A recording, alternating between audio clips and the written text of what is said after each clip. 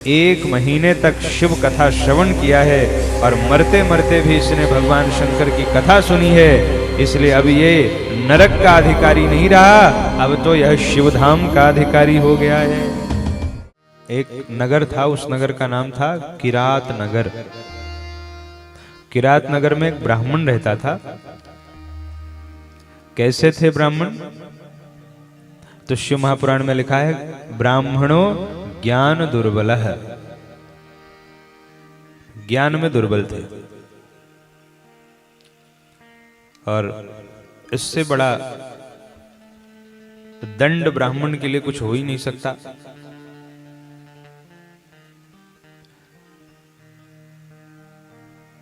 इससे बड़ा अपमान विप्र के लिए कुछ नहीं हो सकता कि ब्राह्मण कुल में जन्म ले और ज्ञान दुर्बल हो जाए।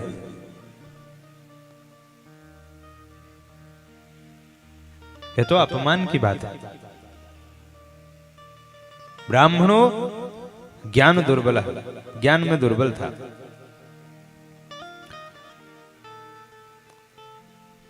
उसका नाम था देवराज। देवराज इति ख्यातो, उसका नाम था देवराज।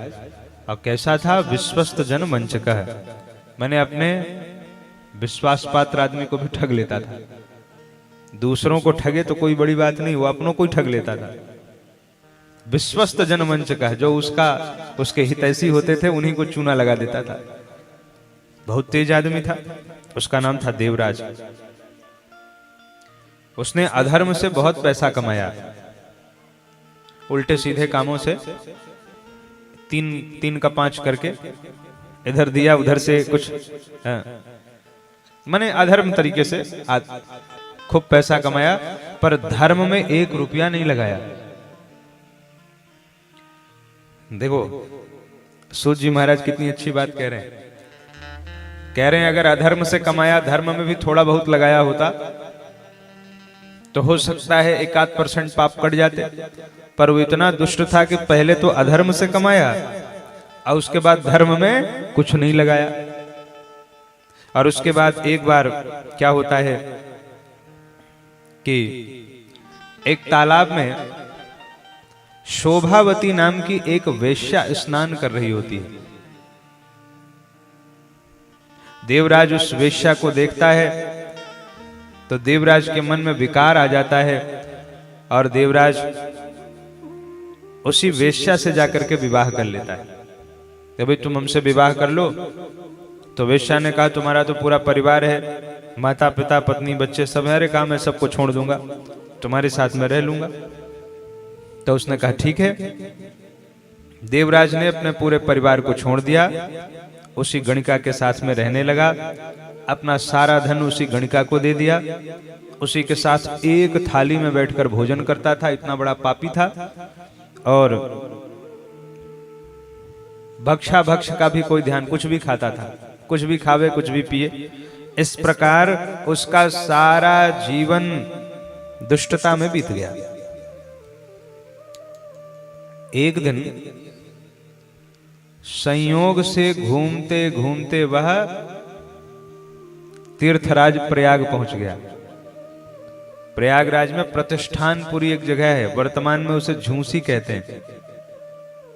तो दैव योग से एक दिन घूमते घूमते वह प्रतिष्ठानपुर पहुंच गया, प्रयागराज।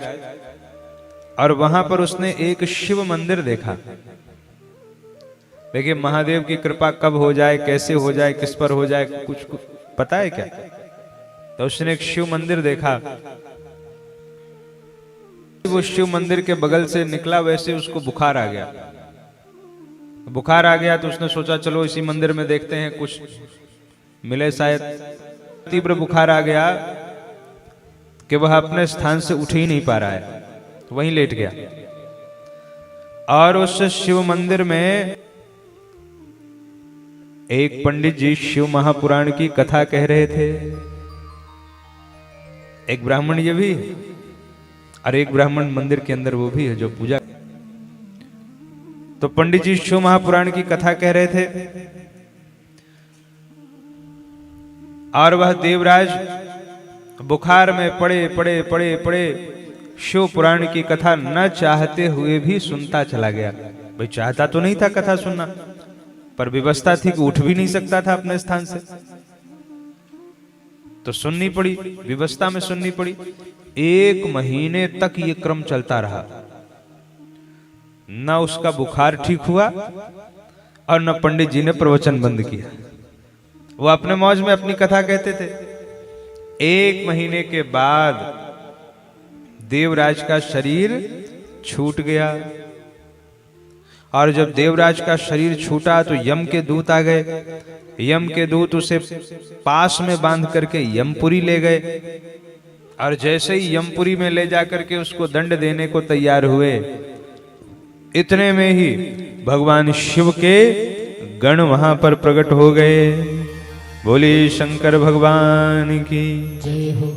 सब गौर वर्ण के थे और सबके हाथ में था त्रिशूल, अंग पर भस्म लगाए, रुद्राक्ष धारण किए हुए भगवान शंकर के गणों ने यमदूतों को खूब पीटा, और यमदूतों की पिटाई करके देवराज को उन्होंने छुड़ा दिया, और देवराज का परम उद्धार हो गया।